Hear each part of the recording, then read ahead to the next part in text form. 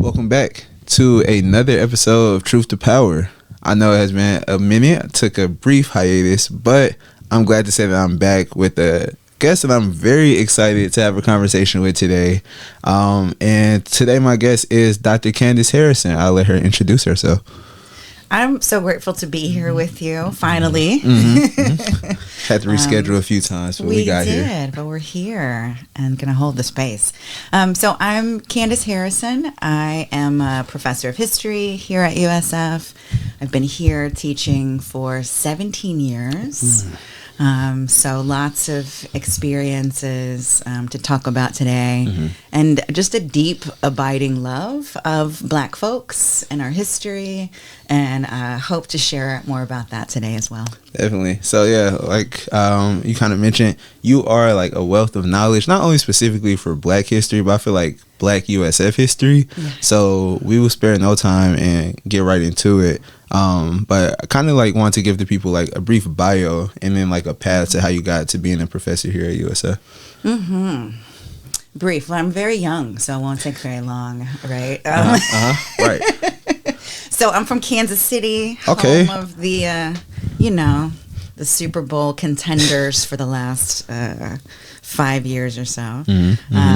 I grew up in a family that really valued hard work, that valued education, but I wound up being the first person in my family to actually graduate from college. All of them had dabbled in it a little bit here and there, but none successfully crossed that finish line. So I'm the baby. I've got two, I just like to say, much older brothers. They'll probably listen to this one day, Justin, and then roll over a little bit because of that. But they are quite significantly older. So I went off to school, did my thing, and completely, I would say, fell in love with the university environment, right? Like, I was that student. Where'd you go to undergrad? I went to Emory. Okay. In Atlanta. Nice. So I spent my weekends in the AUC, right? And then came back for class, right? Back to Midtown at Emory. And I just, thrived, right, in that space. I was that student who would leave class, be sitting outside on the curb till 2 o'clock in the morning, talking to, fellow students, my peers, about what we were learning. I loved reading, loved writing, and so it just made sense for me to keep going, right? These are two of the things that I loved. So, I wound up leaving. I graduated, went back to Kansas City. I did DEI work before that's what it was called. Yeah. So I really did anti-racist trainings. I did anti-sexist, anti-homophobic trainings for schools and corporations and churches and fire departments and police departments, everything in between, for a few years. And then I said, it's time for me to go back and get this PhD thing. And I realized over those 3 years that I was out of school, I'd done a lot of grassroots, organizing work. And I thought, I enjoy this, but I think I have a different skill set. So for me, becoming an academic, it aligned with my love of reading and writing, of course. But personally and professionally, it aligned with my larger goal, which was how to build inclusive, right, diverse communities. And so coming into the ivory tower, being able to create change from within, right, and basically send young folks out into the world with a clear understanding and love of the entirety of the human experience and community. That's how I felt like my skills would be best used in this world.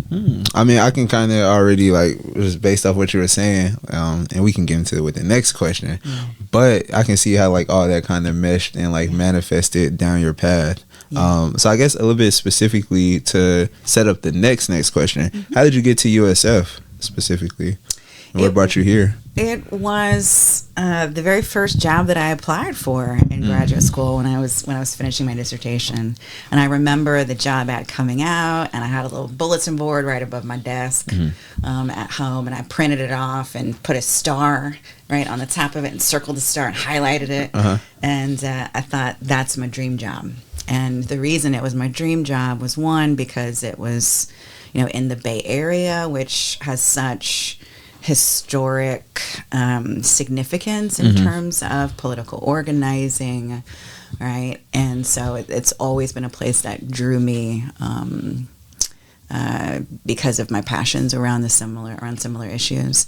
But USF in particular wanted not just an African American historian, they also wanted somebody who was going to come in and contribute to building an African American studies curriculum and also to strengthening, right, the Black community here. And I had been doing that work, right, for some time already, right, both at Emory and then previously in my work. And so I said, I think that's the job for me.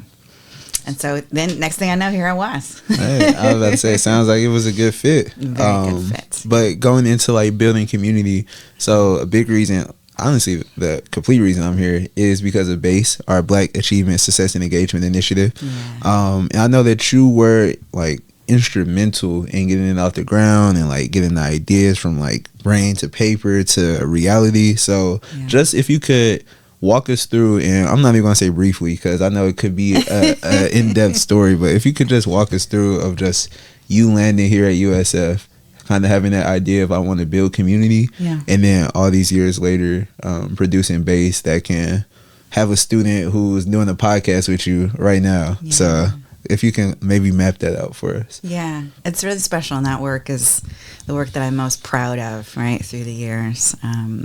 Because of students like you. So I'll try to tell you the full story, because that could take a couple hours and we don't have that much time together. Okay.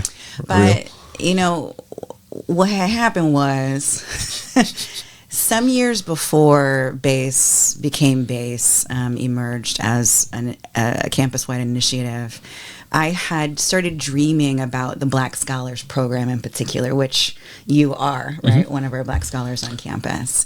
And so I'd gotten together with a couple of faculty colleagues from African American Studies, and, you know, they helped me shape up this idea.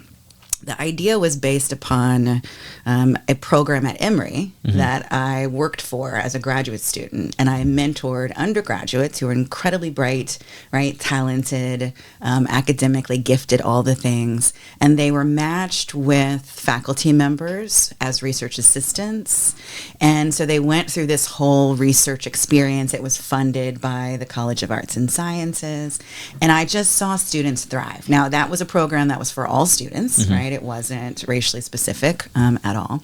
But there was one student in particular, our only Black student in the cohort that year.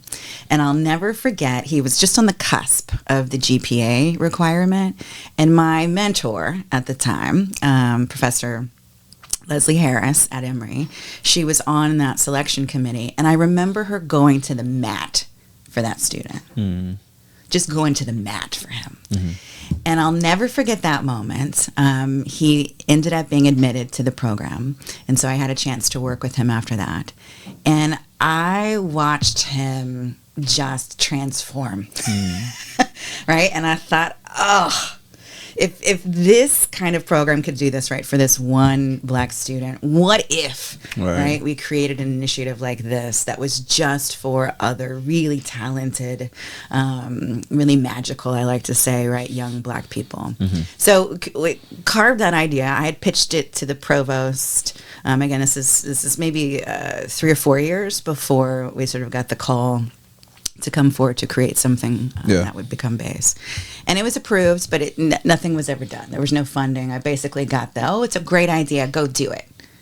And I thought, how am I, right, a lone faculty member supposed to go raise, right, millions of dollars for fully funded, right, tuition scholarships for students, create, right, all the different mentorship, like there was no way any of that was possible. So fast forward, I'm on sabbatical. I think it was 2016, and I'm eating popcorn. I'm in my pajamas. I'm back in Atlanta trying to sell my condo finally, so I can move here permanently. Right? I had 2 legs in both places, and the BSU had submitted a list of demands to the university. One of those demands was for a theme community, like a Black theme community in a residence hall. They wanted physical space for Black students to live together. And so I got called in along with a host of other folks. You know very well one of your aunties, Professor Sears. Good old Dr. Sears. Yes. In addition to Dr. Pamela Ball's organista, Preston Walton also was here in development, and Julie Oreo, who was over student life right at the time. So we got called in to have these discussions about this community. And then we wound up creating this small group of co-leads. And pretty quickly, I said, I'm not doing this. Right? Like creating a theme community for Black students is not going to solve any of the problems that really rest at the core, right, of these students' demands. And those issues were related to financial aid, right, and access to USF. They were related, right, to a general sense of belonging, right, all sorts of resources that the community was not adequately receiving to be able to ultimately close the graduation rate gap between Black students and their peers. So we said, this is nice, but we need to do more. And so we went to the president, who had tasked us with creating this theme community, and said, if we're going to do this and be involved in this, we want to do a full deep dive into the issues students are facing, right, on campus and have historically faced. And we want, right, to create a larger initiative that will really, again, close that graduation rate gap and strengthen, right, students' sense of belonging on campus. So that's really how it began. The BSU kicked the door open, and then we were brought in out of a 2-year research and preparation process of, right, surveys, interviews, all sorts of things with current students, alumni. I sat down with every staff member and faculty member on campus who cared about Black people, and I asked them to dream, like radically dream. If money was no object, I said, to each person, right, what would you create to ensure Black students' success based upon, right, your area of expertise, whether that was, again, in housing, whether that was in financial aid, right, all the different aspects. And out of those collective dreams came the creation of these 3 prongs of a Black living learning community, right, with actual courses, right, that coincide with other student experiences.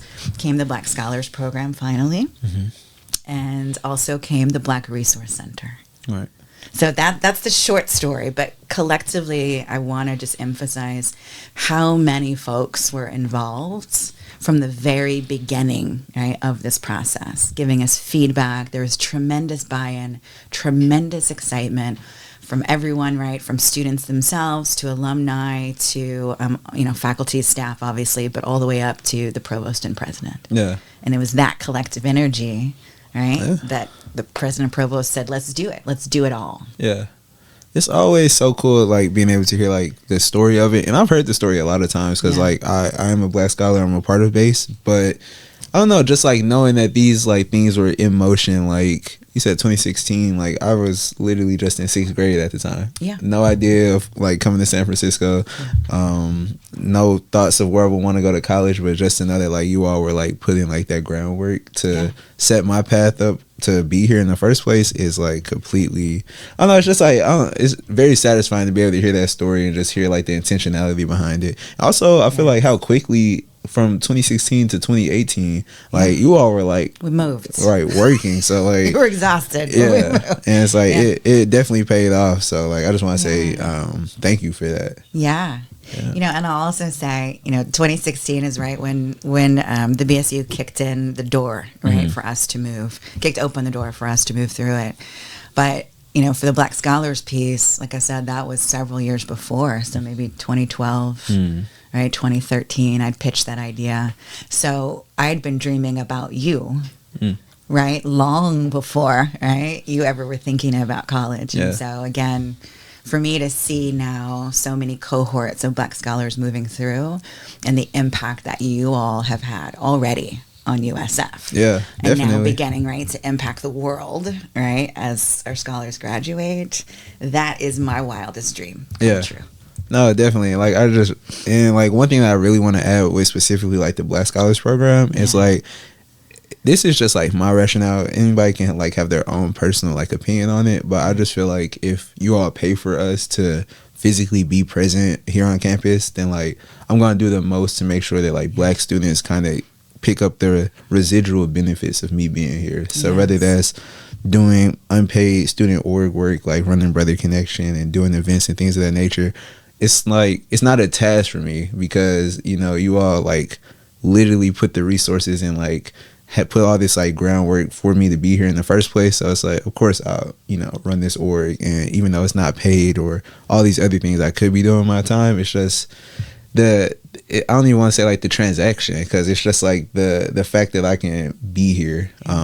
You know, it's like I just need to get something back for it. So I just want to say like I appreciate to have that ability to do that, because you know if I had to work and do all these things to like make sure the tuition was covered, I probably wouldn't have this like freedom bandwidth to even give it back to the community in the first place. So that's exactly right. Yeah. And I'll say this about you, Justin. I mean, you and our other Black scholars, you already possess that commitment to our folks before you get here. Mm-hmm.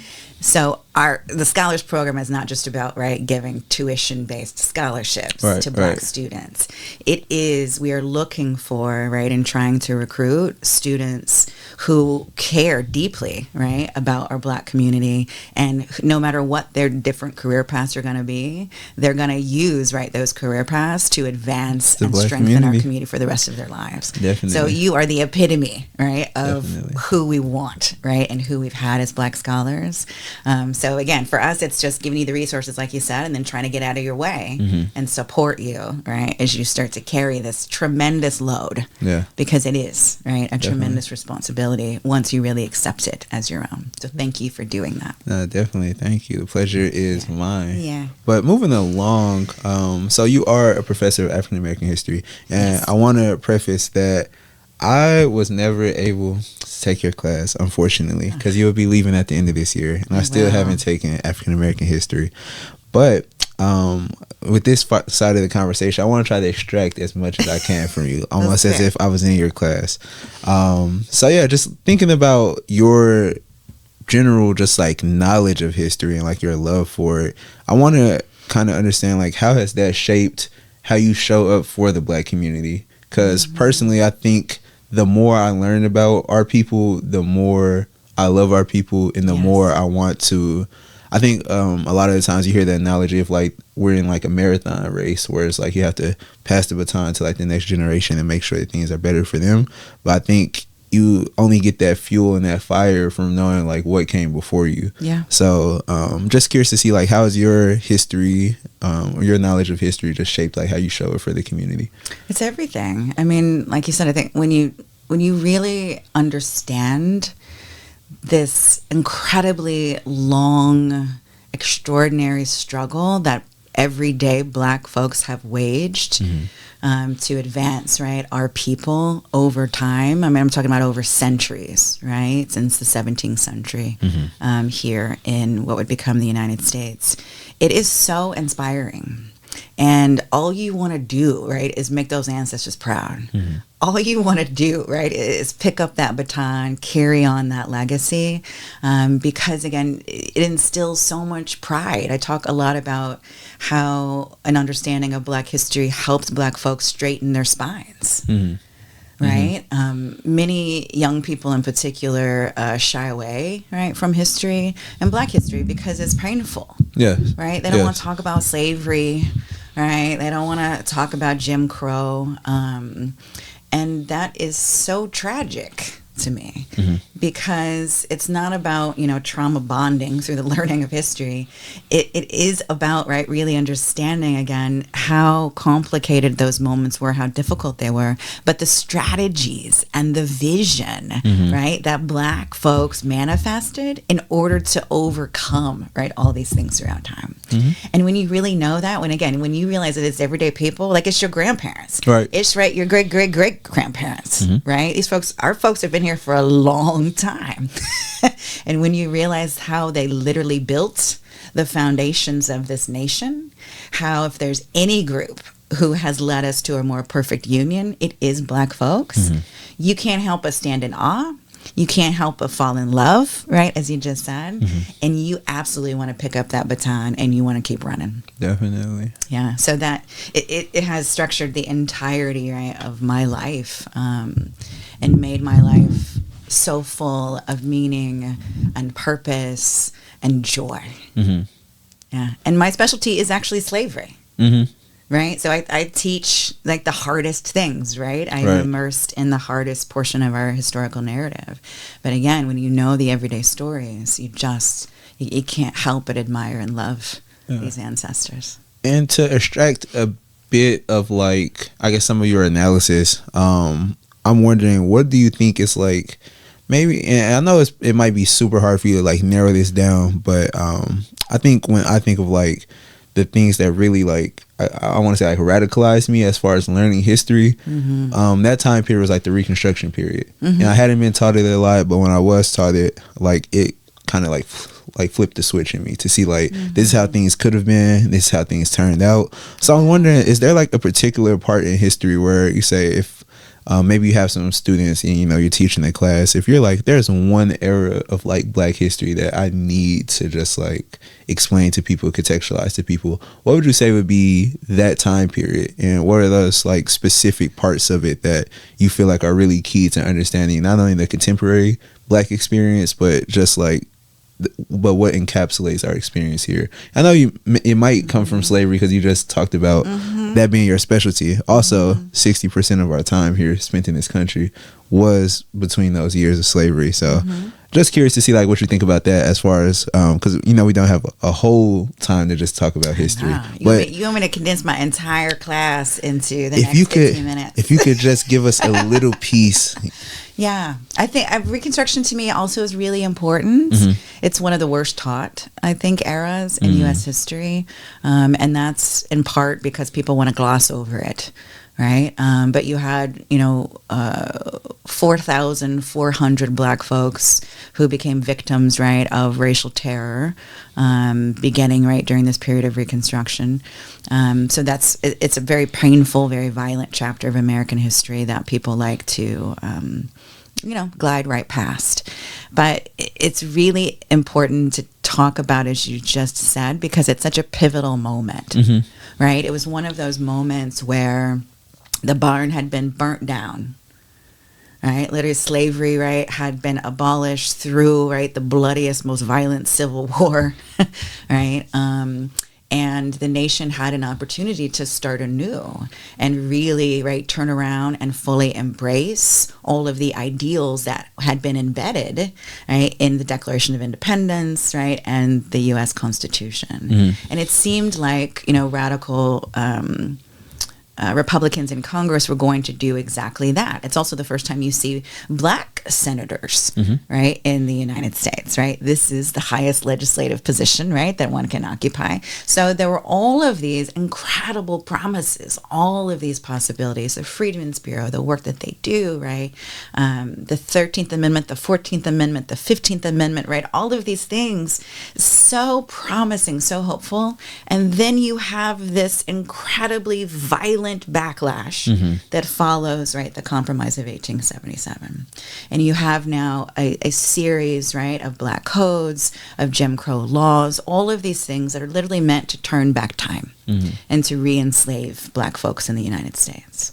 And also to create an artificial type of racial segregation that didn't exist, right, before the Civil War. And I talk about this a lot, in my class too, that Black and white folks were literally bound up together, right, through the institution of slavery. They were utterly dependent upon one another. They had emotional relationships, physical relationships, controversially, right, frankly, some loving relationships as well. All of those, right, then were necessarily broken in order, right, to recreate a new form of white supremacy that, again, was all part of this backlash to that radical Reconstruction period. So that's a really pivotal moment, as you just said. I also think what happens in the 19th century, in the early 19th century, is very, very important, because it's the making of capitalism in the United States.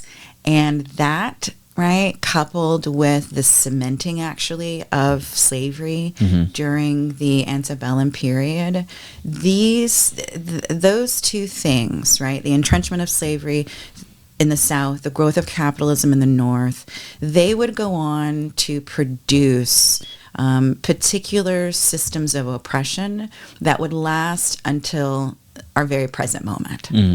So I think it's really important for folks to go back, right? Ooh. Whoa. No light. Let me fix that. Go back I in think time, it might be go motion. back in darkness. Is it motion sensor? Yeah. Okay, we'll just move around. I haven't been using my hands like I normally will. Now I will. So you've got to understand how oppression is constructed historically, right? First, before you can understand, right, that era of Reconstruction, before you can also get to a place where you understand how to deconstruct oppression. Okay. Right? So to me, that early period is really, really significant for folks to understand. Okay. So that gives me a thought that so thinking about deconstructing like oppression, right? This is a question that comes from Zana, so another student. Right. So she wanted to ask you what needs to be done within our specific generation, so I'm guessing Gen Z, to prevent history from repeating itself again. And she specifically mentioned like the cycle of this like comprehensive from every direction, mentally, spiritually, emotionally, forms of oppression towards Black bodies. So what can we do specifically to start breaking that cycle? Everything, all the things. I'll say that I don't think it's possible to prevent the cycles from occurring. Right? I think that that's a lovely thought. All right, a lovely possibility, but I don't think it's realistic at all. And again, when you understand truly the history of the world and our country, human history, you understand how these cycles just keep repeating themselves. What you can do is steel yourself, prepare yourself for them, right? So that you're not caught off guard, right? With, let's say, the re-election of President Trump and the different executive orders that are aimed at dismantling historical narratives, right, that we've worked hard to reconstruct, right, in the United States. So that's one thing, right? Just understanding, again, the historical narrative of our folks will help you brace yourself, prepare for them. These backlashes, the oppressive cycles when they come, because they're going to come again. That's just the nature of change. Yeah. One thing I've noticed is just like, as far as like Black history, it always gives like the one step forward, two step back kind of vibe. That's always. Exactly right. You're lucky if it's 2 steps. Sometimes it's 5 steps. Yeah, I was about to say we had the civil rights movement, and then crack came. So that's right. So definitely. That's exactly right. But this kind of, you also sparked another question I have for you, with the idea of this, like the making of our history to be polarizing and divisive, especially in this current administration. So I was wondering, what advice do you have for young Black people, particularly passionate about like truthfully telling our history and advocating for our communities? What advice do you have for us who want to keep doing that, but maybe in a current political or like cultural climate where people see this as divisive, and from our point of view, we're just telling history as it is? What would you say to that? Yeah, well, telling history as it is an interesting statement because history it's a narrative, right? There are facts, and then there are historical interpretations of those facts, right, that lead us to narratives, right, over time. And history being weaponized or politicized in the present moment is not anything new. And if anything, the ways in which history is being weaponized by, the executive branch, right, of this country right now is a response to history already being weaponized, right, by the left, right, with the pulling down of the statues, right, all of these sorts of things. So history is always very, very deeply contentious, and it's because of the ways, again, in which it's interpreted, what is told and what is not told. So for this generation, for the moment that we're in, I'll say what I always say, which is that it's really important to tell full narratives.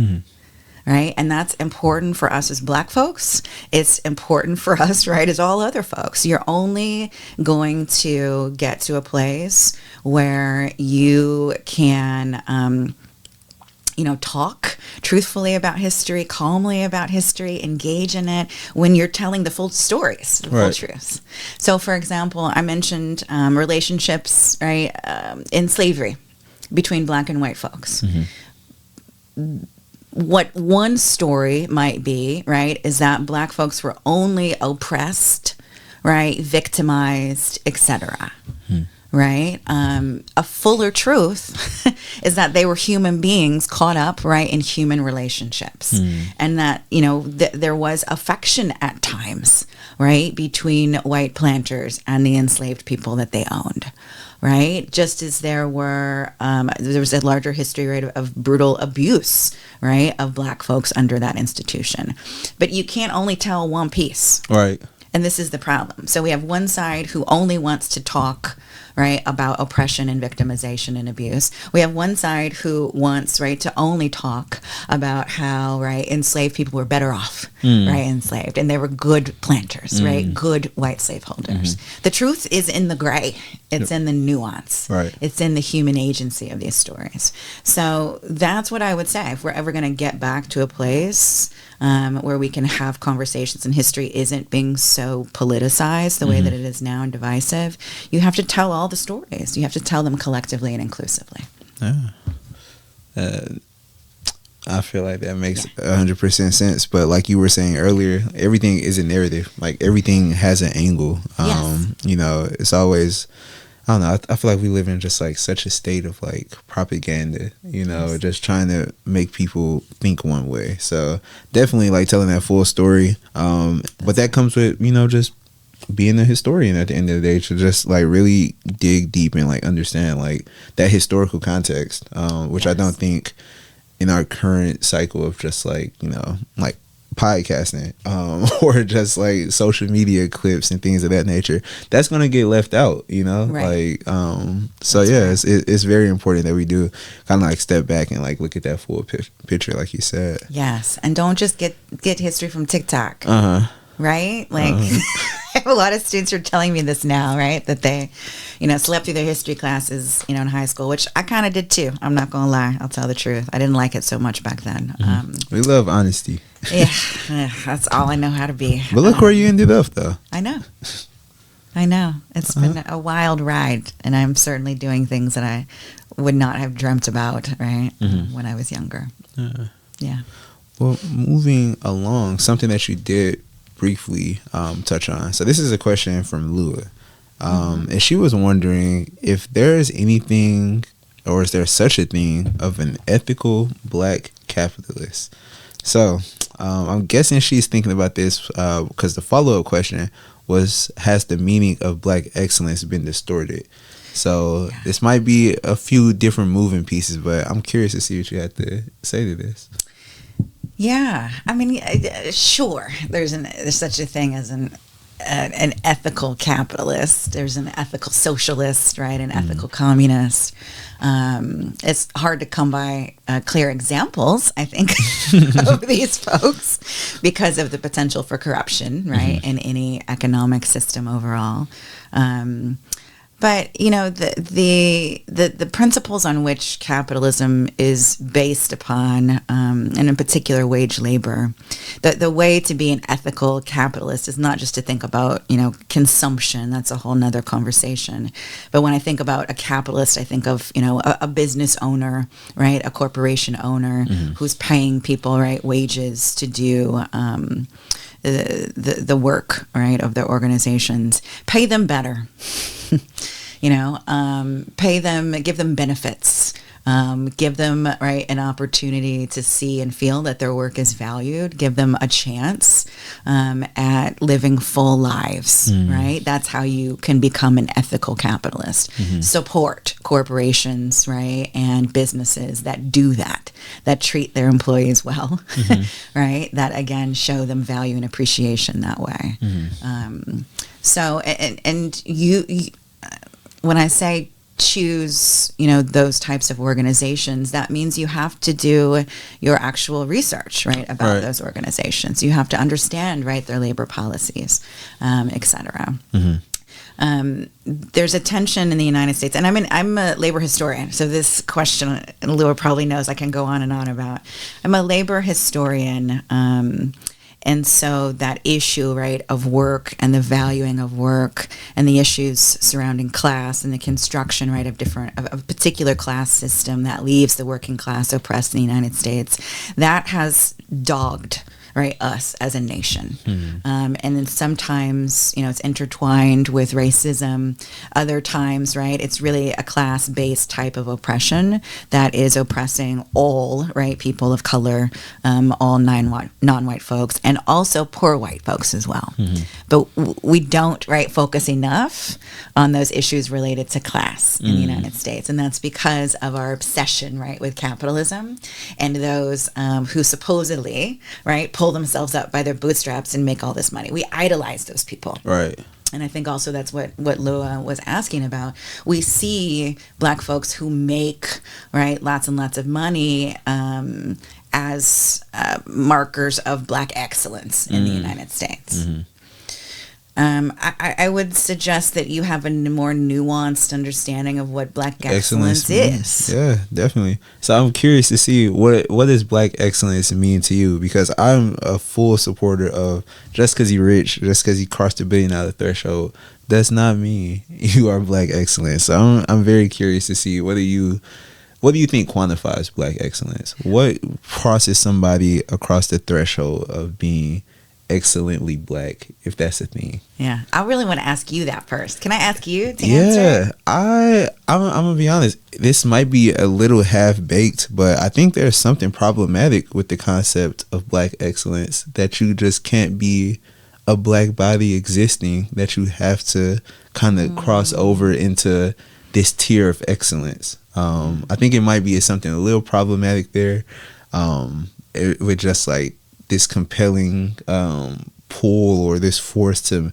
have Black people perform at this level. Yeah. But I also don't think it's anything wrong with just celebrating Black people doing good things. I think that's semantically what a lot of people mean when they say Black excellence. So I don't like to jump in and say that's problematic, that you should be forcing us to be at this thing, because I don't think that's what most people mean by it. But I think Black excellence, honestly, at its essence, should just be Black folks just being. But that's just my POV with it. Like I said, pretty half-baked. I haven't sat down and wrote a whole reading response about it. But like that's just like the initial thoughts that I have with it. Yeah, I love that you said that. It's making me think about the construction of the sort of model minority stereotype that was applied to all people of Asian descent in the United States during the 80s. So there's these ways, right, that we're sort of recreating that same idea, and putting, right, I think, undue pressure, right, on our own folks, to achieve, again, certain markers, right, of excellence overall. I know. I think the word is fine. I think it's okay. I think the idea that Black people can be excellence is really actually a lovely idea. Yeah. I think it's lovely for that association to exist, and so that language being utilized, I think, is very positive. But when I think of Black excellence, I just think of people throughout time who've turned around to go back and get their people. Like, to me, that's what it means to be Black and excellent. It is to have this deep, again, abiding love of our folks and not be willing to leave anybody behind. All right, that's, to me, the most excellent thing you can possibly do. Yeah. And unfortunately, if you only associate excellence, right, with wealth, and the achievement of wealth or a certain status, in society, being a professor, right, for example, you're not paying attention to how those people use that wealth, right, for the greater good. You're not paying attention to what I do in a classroom, right, for the greater good. There's a whole lot of us, right, especially those who've made it, who just keep going for our own selves. Right. Right? You move into your gated communities in the suburbs outside of Atlanta. I can say that, right, because I lived in Atlanta for almost a decade. And, you live your life and eat your fancy meals and all those sorts of things while people, 5 miles away are homeless or drug addicted, right? Or battling HIV, right? All the things. So let's keep going. Let's use the word excellence, I guess, if we want to. But really develop your own definition for it, Definitely. one that's critical. Yeah. And one, again, that pays attention to the advancement of all of us, right, as a people. I like that. I like that answer. Definitely, I would just want to second, like, let's move the bar from just being a billionaire or being like somebody who got money. Like, I just think that bar is in hell for what we consider excellence. So I just want to second that. Yeah. But one thing that I'm super curious about, just thinking about, like, our society today, maybe not, maybe college isn't for everybody. Maybe we shouldn't be just getting all of our history off TikTok and things of that nature. I'm wondering, how can we integrate the teachings of African American history into our everyday lives, to just make sure that, like, this history is kept alive and accurately told, in a bit of context. So a whole reason why, like, I wanted to start my podcast and really just, like, have this presence on social media is because of this concept that I call casual consciousness, where you should be conscious and thinking about these things. But I think a lot of people are deterred from having, like, these higher level thoughts and different conversations because it's too much of a chore for them. It's not casual. It's not laid back, and you can do it every day. So I'm curious to see, how can we get people to still, kind of have, like, this, everyday laid back kind of conversational casual vibe, but be having the conversations and be absorbing the information that's necessary to do those things, like achieving this new definition of Black excellence, where we want to go back and get our people, and make sure that we're spreading the wealth that we accumulate. How can we kind of integrate this into our current society? Just really making sure that people have the information that they need.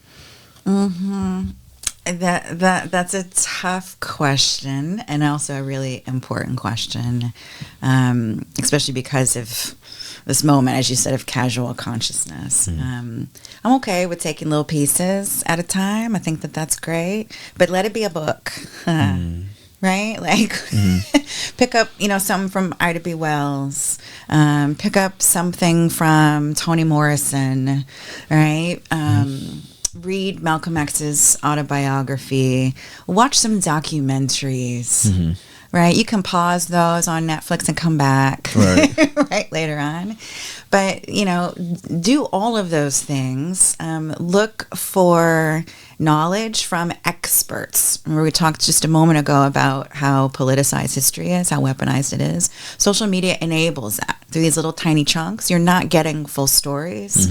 You're not getting the nuance. So, of course, whatever you're going to absorb, if it's already, in a tiny chunk that's divisive and politicized, you're going to turn around and repeat that, right? And you're going to spread those divisions. Especially thinking about how algorithms work and how they know if this is how you think, then I'm just going to push this video to you, and then they kind of just keep you in that loop. So you have to do the work on your own. And I promise you, right, that the more that you do, the more that you read, the more that you digest, the more that you're going to want to tell other folks, the more that you're going to want to absorb more and more and more, because, again, the stories of our people are extraordinary. The wars that they've already waged, the techniques, the determination, right? The organization, the dedication, all of the Asians, right? That they employed.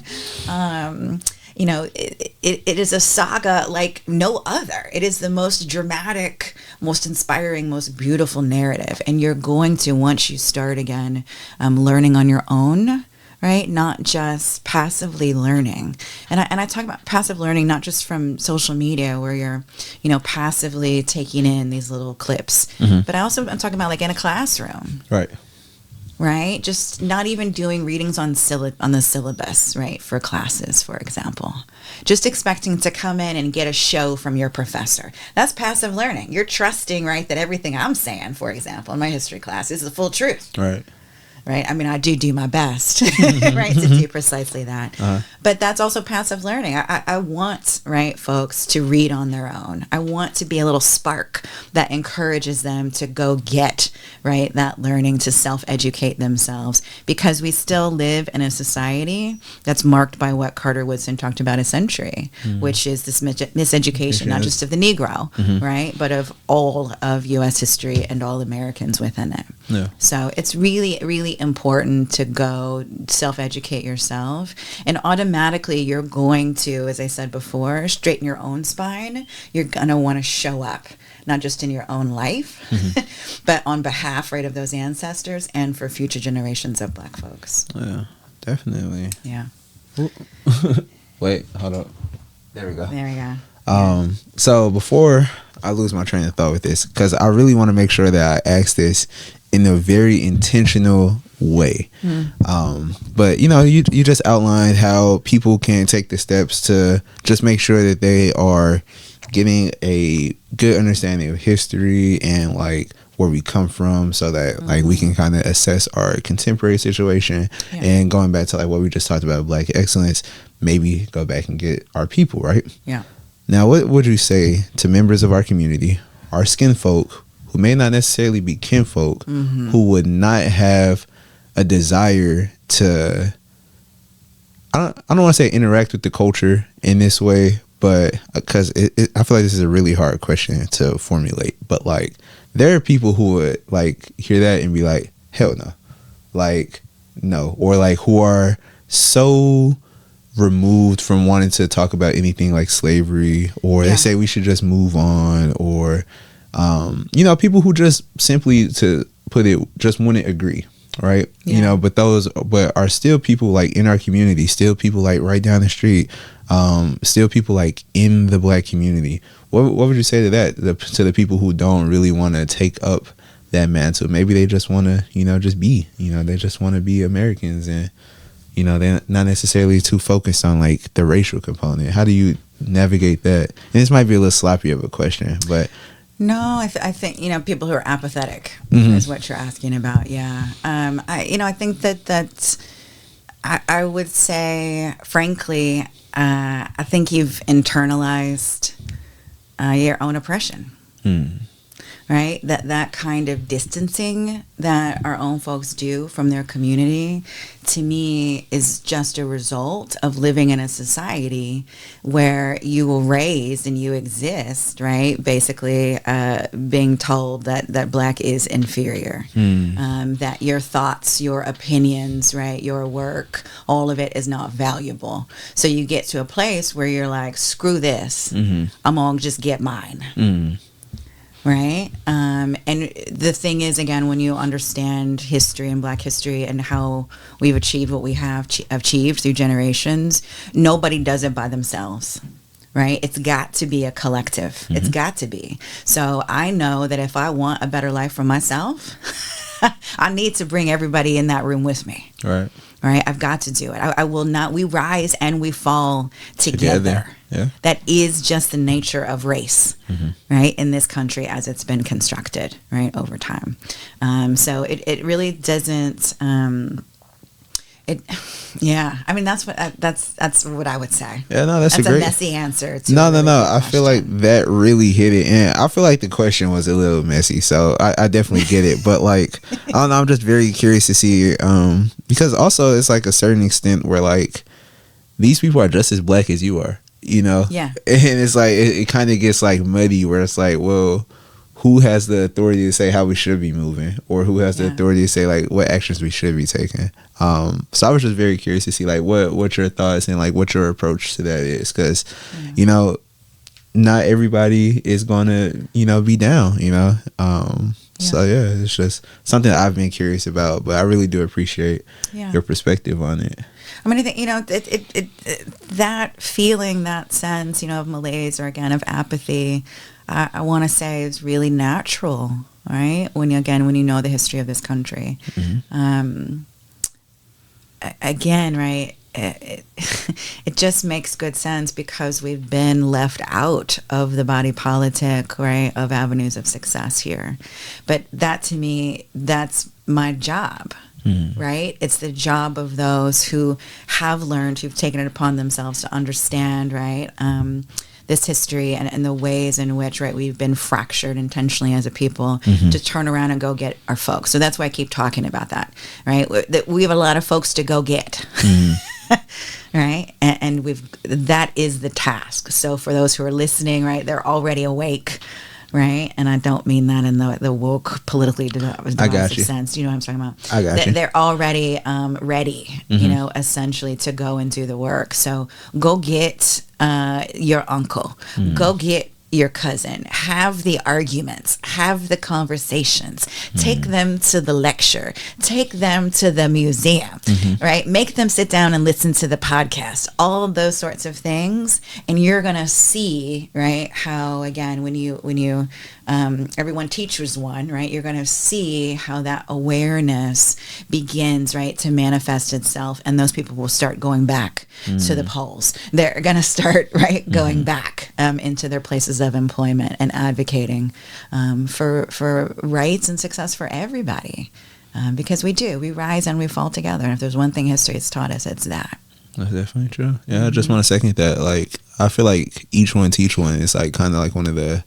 I started this podcast for a lot of reasons, but like each one teach one is probably the thing that's like at the root of it. Because like I don't know how many people will watch this, but like the one person who can take away something from it, who will then bring it to their circle, who will then bring it to that circle. It's like the potential for that is like, limitless. So you just never know. It's kind of building off this last one that we just talked about. Go ahead.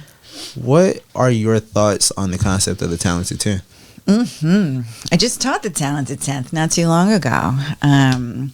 In theory, it's a lovely concept, but it's precisely the kind of thing that's similar to this notion of Black excellence today, right? That the talented 10th was Du Bois's, right, idea that the highly educated, right, Black person would be the one to lead, right, the race forward, essentially. And he revised it, right, over the course of his life. The Black Scholars Program is in part, right, rooted in this idea, right, that if you raise up, right, a small portion, right, of our folks, that they will be the ones, right, to go out and continue to do the work and lift up others.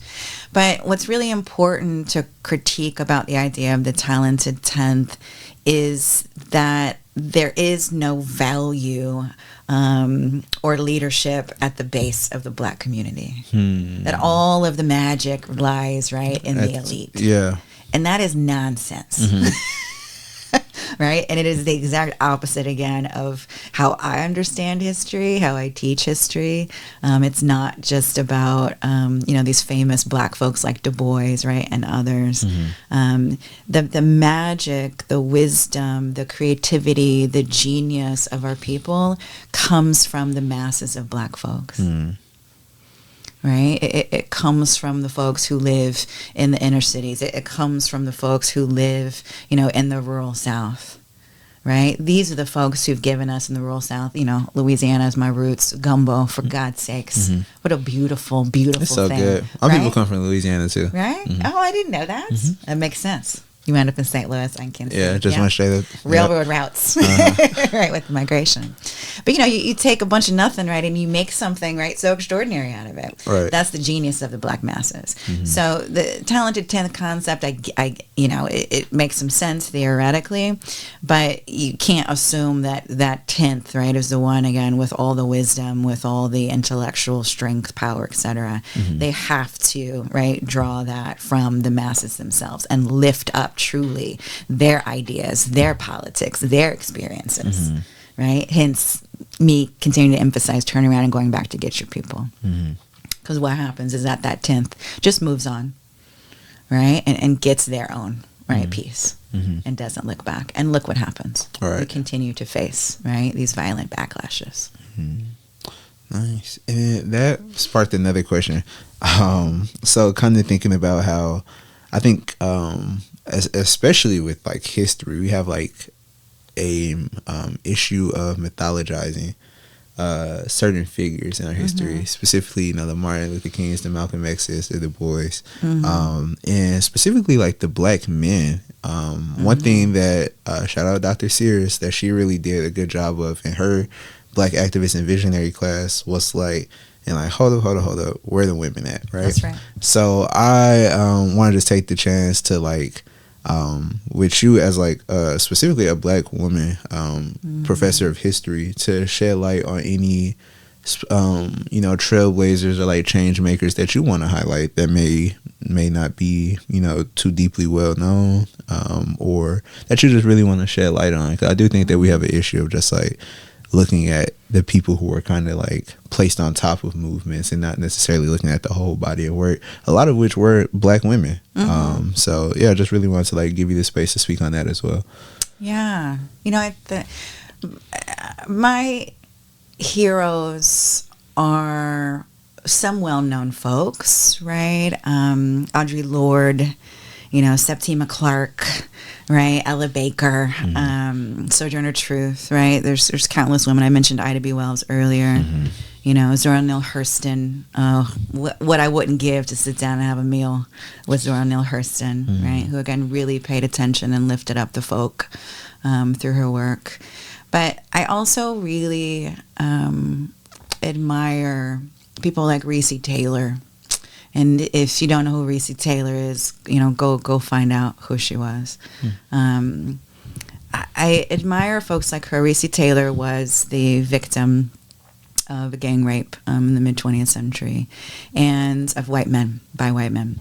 And she winds up having the audacity to tell her story, right, in a courtroom, to tell it publicly. And, you know, the black community begins to awaken itself to the plight of black women throughout history and the use and physical abuse, right, of their bodies. This has been a constant theme, right, throughout black history. And the courage of people like Taylor, the courage of other women who, again, were willing to step forward and see the personal, again, as political, and to galvanize other folks through, again, telling of their stories. People like Emmett Till's mom, her decision, right, to have that open casket with her boy that day. I think about, right, how incredibly brave, right, how incredibly vulnerable these women were in exposing, right, the most painful things that are humanly imaginable, but believing that by finally, again, exposing that full truth of their experience, that somebody would be inspired to step forward, right, and begin to fight back. And so these women, these everyday folks, right, they're truly my heroes, right, overall. Yeah, I love that. History's full of those people. So, yeah. No, I love to hear that. Definitely, definitely just want to give a space for that, because I feel like, like we can really just like condense our history into like Malcolm X, Martin Luther King, like Frederick Douglass, but it's like it's just so much more than that. So many more leaders, so many more like change makers. So I definitely just wanted to highlight that. Yeah, absolutely. But coming down to like our home stretch, so I'm wondering what is, or maybe it might be too hard to give just one, but what are a few of like your proudest moments at USF? I have a couple. I have a lot. It's been, I would imagine, an amazing, almost 2 decades here. That one of them was early in my career here, helping Black undergraduates and graduate students organize a demonstration on campus to save USF's relationship with our Upward Bound program that had been here, I think, since the 1960s. And watching those students go through, you know, weeks and then months of organizing, all the details, the late nights, the meetings, all of it leading up to a final day in which we had hundreds of community members, and I don't just mean the USF community, but the larger San Francisco community, coming together, linking arms, right, walking, chanting around the church on campus that day to support a program, right, that was so central in transforming the lives of underrepresented students, right, young people. That was an incredibly proud moment, just knowing I had a little something to do, right, with the organization of that, and seeing, again, this incredible outpouring on behalf, again, of mostly brown, right, and black kids in that program, poor kids, right, in that program. That was a proud moment for me. And then Black graduation here, which we call Vaziri Kabisa, is coming up next week. I'm the MC. Woo! Are you the MC? I'm the MC. Yes, that'll be a proud moment, seeing you MC for this. Every year, and increasingly because of BASE, now watching how many more students are graduating every year. That is an extraordinary moment. It moves me to tears every single spring semester. And Justin, it's because when I started at USF, I could put the entire Black graduating class, undergraduate class, in my tiny apartment living room in the city. Less than 25 students would graduate. Right? Black that's crazy students to think would graduate. about. Yeah. That's crazy to think about. And also, I think specifically for me, because my freshman class was, I think, the largest Black incoming freshman class ever. So I think we were like 14% of our class. Like, so that's just crazy for me to think about, because like my whole time here has just been like, not a lot of us, but like a decent amount. So just to see how far it's come, definitely I can imagine. It's come so far, and 13-14% is extraordinary. Most California institutions hover around 3 to 4%.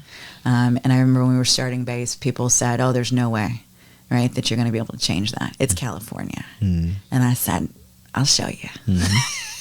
Right, all you have to do is pour the love in, right, and folks will come. And then our job, right, is to make sure, again, that you all walk across that stage at the end. So for me, when I sit in that church, right, on campus, and I see, right, not 25, but, 75, right, 100 Black students gathered together in their regalia, finally crossing that finish line. And again, knowing that I had some small part, right, in enabling this to happen, that is absolutely always my proudest moment of the year, and they will be my proudest moments of my career here. Definitely. No, that's a great thing to be proud of, definitely. And it's coming up soon, so we have some more to celebrate. Yes, we do. Lots to celebrate. So really just two more questions. Looking at the end of things, so, and they might tie into each other, actually. So what are you looking forward to after USF? You're in the transition period, or about to enter one. So what are you looking forward to? I'm going to Louisiana. I'm going to finish my book project there, which is about actually 5 generations of my own family, my own Black family in South Louisiana. I'm looking forward to teaching for the first time at a public institution. It's 30% Black. And in the Deep South in this moment, it's going to be a challenge, right? And I'm really excited about that challenge. I'm really excited about serving a new community of students there. And my next big dream is to continue the work, right, of building communities. But this time I actually want to buy an antebellum plantation. And I want to turn it into a healing space for Black creatives. So be on the lookout for that. Ooh. That's my next chapter in life. And once I get these chapters done in the book, then I'm going to move on, right, and focus on building that plantation space and reclaiming that space, right, as a site, again, of our genius and our creativity, not just as a site of historic oppression. Yeah. No, that's a great idea. I'm definitely going to stay in contact to follow up with that, because that's a great idea, actually. Thank you. So yeah, like, I'm just excited, Thank you. So it's unfortunate, I was never able to take her class, but even just like this past year of just like being able to like be on campus with you and be in community with you, it truly is like a blessing to just kind of see like, one of the people who like initiated my whole, like I said in the beginning, like being here. I came to USF sight unseen. Yeah. So yeah, it's just like it's great to get like this time to take it all in and learn from you. Thank you, Justin. I appreciate you for taking the time on this most hectic last week of classes to sit down and have a conversation with me. So once again, everyone, this was Truth to Power with Dr. Candice Harrison. Thank you. Thank you.